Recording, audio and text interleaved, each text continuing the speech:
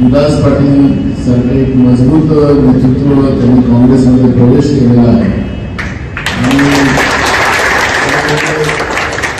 भविष्यात भिवंडीमध्ये काँग्रेस मजबूतीनं महानगरपालिकेच्या निवडणुका असतील, उद्याच्या विधानसभेच्या निवडणुका असतील किंवा 5 वर्षानंतर येणाऱ्या लोकसभेच्या निवडणुका असतील, या सगळ्या निवडणुकांमध्ये पुढे जाईल याच्यामध्ये माझ्या मनात कुठली शंका नाही आणि सगळे निवडणूक त्या ठिकाणी काँग्रेस पक्षाला मजबूत करण्यासाठी काम करतात.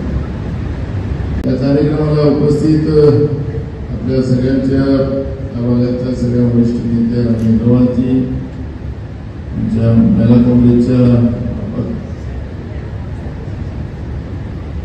आमचे प्रभारी इकडले राजेश शर्मा, नगराडेची सगळी जरा बसलेली मित्रमंडळी आणि महानगरपालिकेमध्ये असलेले सदस्य, आता तर महानगरपालिका नाहीच आहे आणि आता चुकून भाजपाने महाराष्ट्रामध्ये पुन्हा ते काही निवडणुका लागणार नाही, म्हणजे आम्ही होतो असं आपल्या नातवापत्वाला सांगावं लागेल तेवढंच राहणार आहे. तशी काही व्यवस्था होती लोकशाहीमध्ये की महानगरपालिका, जिल्हा परिषद, पंचायत समिती, नगरपालिका होत्या असं आपल्याला जुन्या लोकांना सांगावं लागेल. अशी परिस्थिती लोकशाहीमध्ये भाजपने निर्माण करून ठेवलेली आहे. त्यामुळे लोकशाही वाचवण्यासाठी भिवंडी हे शहर खऱ्या अर्थानं लाखो लोकांना रोजगार देणारं शहर आहे. मोठ्या प्रमाणात महाराष्ट्र सरकारला महसूल देणारं शहर आहे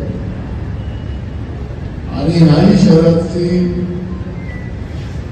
या सरकारने पूर्ण अवस्था खराब करून ठेवलेली आहे. अनेक भिवंडीतले उद्योग आपले बंद व्हायला निघालेले आहेत, अनेक कारखाने लोकांनी बंद करायला सुरुवात केलेली आहे. त्यामुळे भिवंडी शहराच्या दृष्टिकोनातलं काही निर्णय आणि भिवंडी शहराला